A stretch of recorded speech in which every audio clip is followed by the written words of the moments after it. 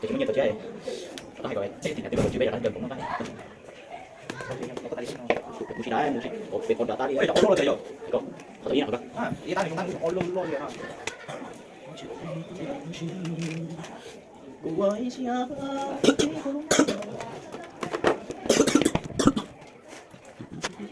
đẹp đẹp trai luôn mới mới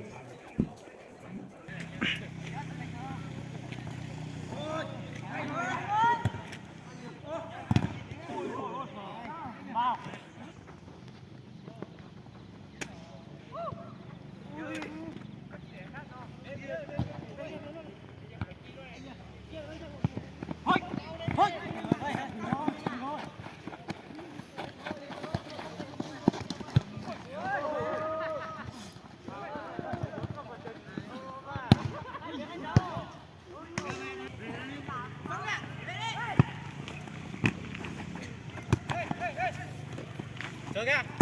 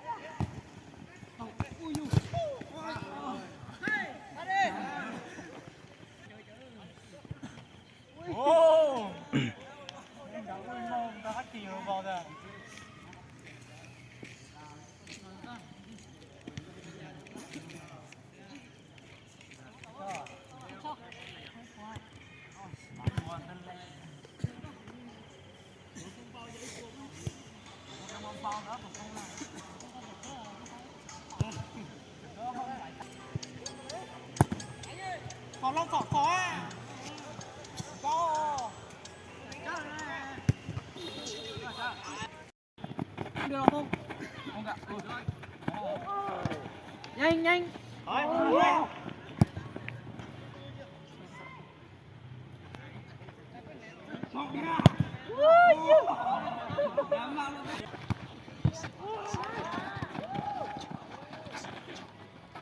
luôn xuống đây. Đẹp đó, đẹp đó, đẹp đó.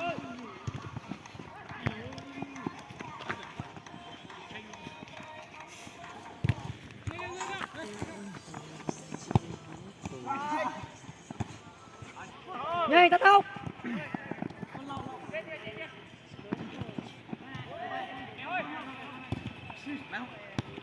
Tự lên đi, tự lên đi.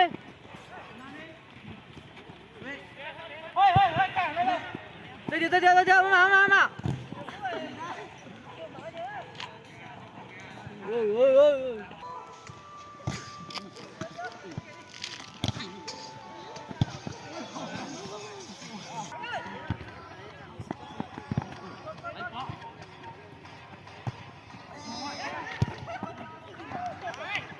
Bia nó có. Từ nó có lò. Dòng nè.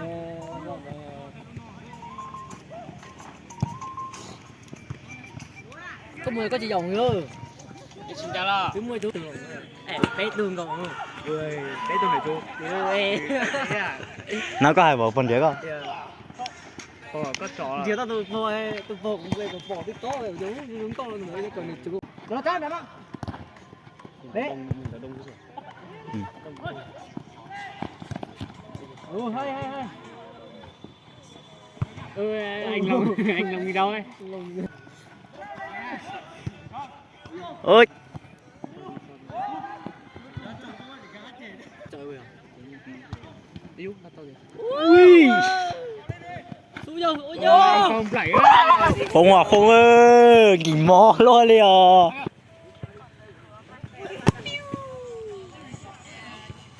Bây giờ tao là tôi mới tí tù nhà bác này nha. Trời.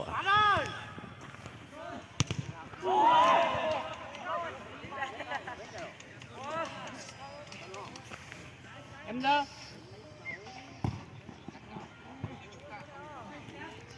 Tôi vô ta. Đâu ơi. Rất tới. Lạ. Nhít con đi trong nó à?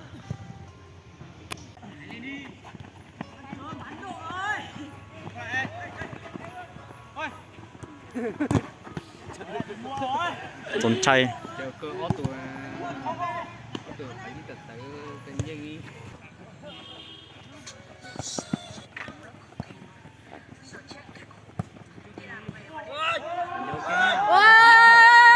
Hả? Nó là do cái nè. Là nhận đây. Trời, giờ kê su.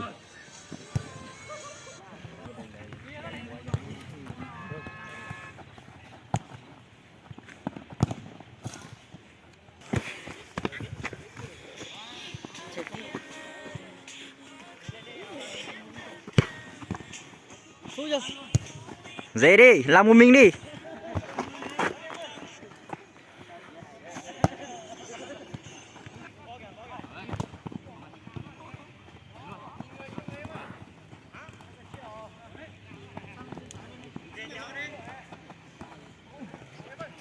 Cho.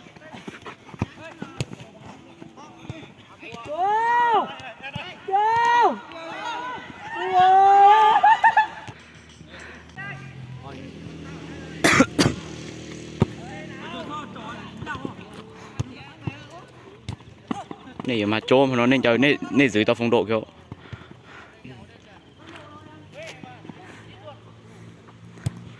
Để mà chơi sát thôi. Chơi ít tôi chơi cho nó sát thì. Lên luôn anh Hờ.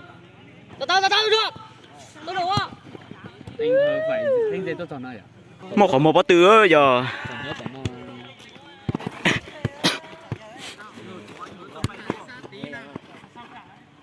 Một khỏi một bó tư. Anh ơi.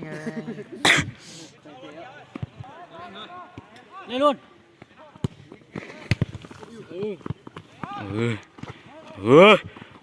Vô ơi. Hăng vô. Ai à. Lúc đó xỏ theo lúc à. đẩy trang Một chú rồi ạ. anh hơi bỏ lúc ngon lên để bây giờ đó chờ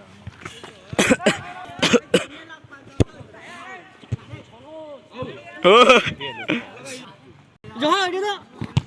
Bé. Đã. Xúc rồi. Tao tốt rồi chú. Vui luôn ơi, vui đã. Chú. Cho phong. Để lên. Wow. giờ chỉ số đời chỉ số đời cùng Lọ Loa nè.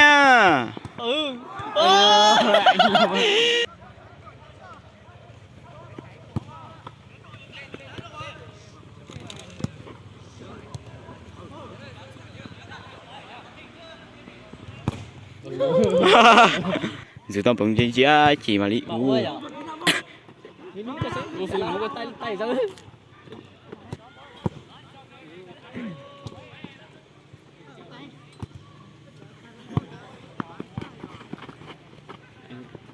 Má chứ.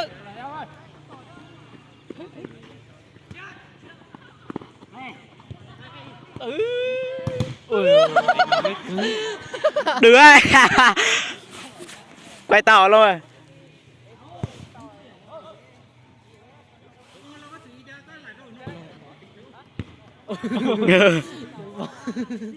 Vô bò chỉ to à. mắt thỏ bước một xuống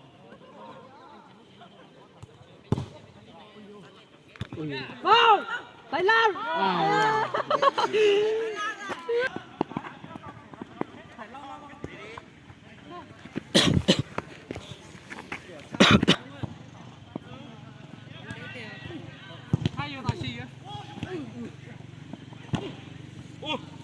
Mới thấy.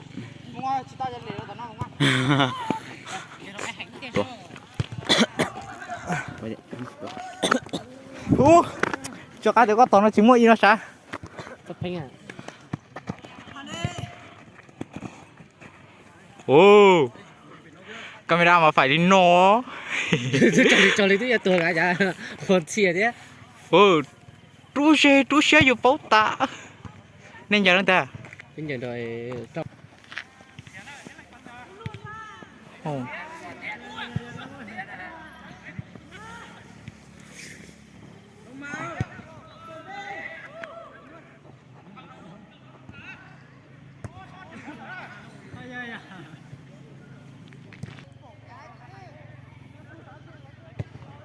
Bây giờ nếu thằng có chấm bây giờ. Cái thằng có chứ.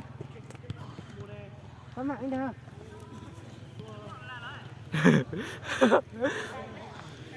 Không, một vòng không?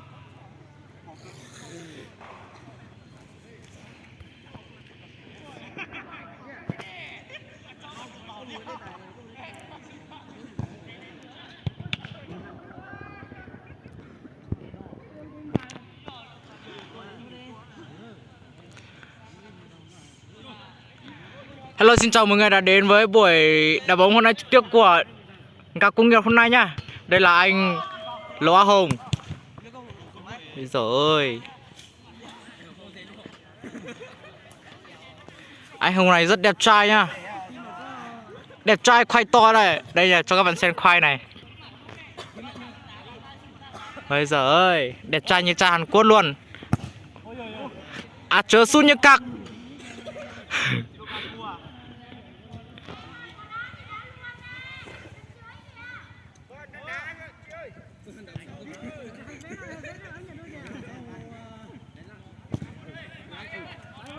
Lô Á Hồng, vẫn là Lô Á Hồng, dây bóng qua, vẫn là Lô Á Hồng, một pha kéo bóng phải nói là rất hay. Đúng rồi, một pha đá người. Lô Á Hồng, vẫn là Lô Á Hồng, người dẫn bóng đó là Lô Á Hồng. Một pha chuyền thất bại của anh Lô Á Hồng. Lô Á Hồng, vẫn là Lô Á Hồng. Anh Pó đã chuyền cho anh Sáu sút.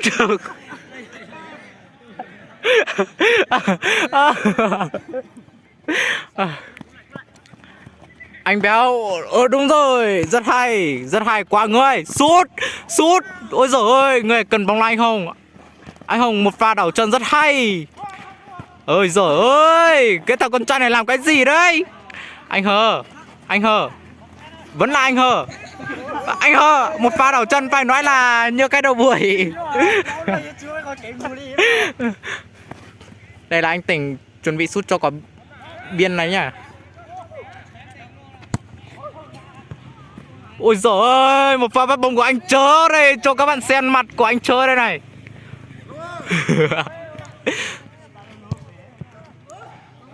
Lò Á Long, vẫn là Lò Á Long. Mẹ Á Long này nhảy tấp tới. Ôi giời ơi, cái thằng con trai này, cho anh làm bình luận viên thì một pha giữ bóng rất là tệ của anh Pó. Anh Béo rất hay. Người dẫn bóng là anh Pó. Anh Pó đã chuyển cho anh Sáu nhưng mà đã thất bại. Khúc cao ấy à. Vẫn là anh Hùng. Một pha dẫn bóng rất hay. Kéo bóng rất hay đến từ vị trí của anh Hùng. Hay, một pha cắt ngang nhưng mà không thành công. Ôi giời ơi, anh Long. Ôi giời ơi, một pha kéo bóng rất hay nhưng mà rất tiếc. Có cố gắng nhưng mà không đáng kể. Anh Đông, một pha qua người rất hay. Nhưng mà không thắng được hậu vệ của đối phương. Đây là hậu vệ Loa Hở của đội Gà Công nghiệp Điện Biên Đông. Vẫn là anh Đông. Sút, một pha sút trượt của anh Loa Hở. Đúng rồi, một pha đảo chân thất bại. Anh Long sút như cặc. Anh Long ơi, đây nha, quay cho mọi người xem người phá hỏng quả hôm nay cho mọi người xem nha. Đây nha, thủ thành của Gà Công nghiệp. Thủ môn như chạy cắt sân nha, đây. Ôi dồi ôi, bình luận viên này khát nước quá rồi. Anh Hùng chuyển cho anh Sáu. Vẫn là anh Sáu. Rất hay, sút không vào. Ôi giời ơi, rất tiếc cho anh Sáu. Ôi giời ơi, sắp vào ngôn kia rồi. Sút. Bóng đâu rồi nhỉ?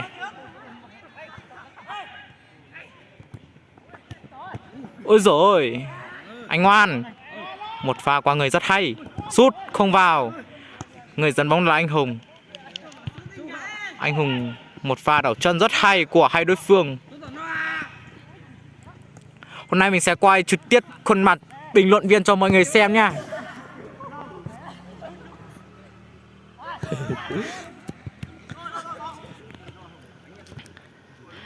Đây nha, quay cho mọi người xem thủ môn đá thì ngu nhưng mà tấu hài thì giỏi.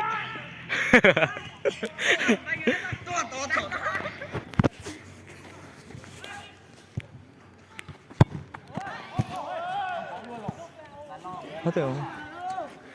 To máy ông phỏng vấn. Quay được anh. Quay được đá tí.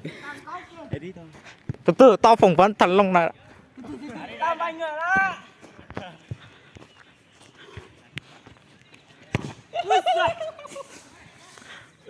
Cho tôi phỏng vấn hôm nay, trận bóng của hôm nay anh cảm thấy như nào?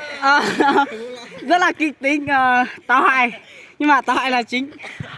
Anh cảm thấy chạy cắt sân như nào? Một mình rất là nóng. Rất là đúng đã đệ. Thủ môn anh chạy cắt sân anh có thấy tự tin không? Anh Thái Lan đấy, không biết à? Không biết à? Đây nha, hôm nay mình sẽ quay trực tiếp một khuôn mặt của hậu vệ đội mình cho mọi người xem nhá. Đây là hậu vệ của Gà Công nghiệp. Anh chờ cho tôi phỏng vấn một tí nào. Đê, đừng có ngại mà con trai này, ô xấu hổ thế nhỉ.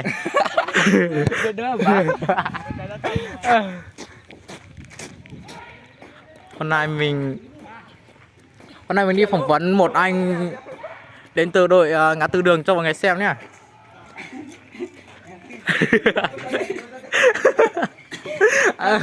Sao xong mà anh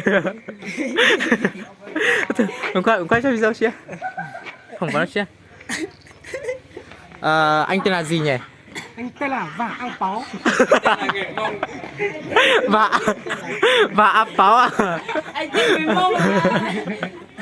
Ôi, sao lộ đâu?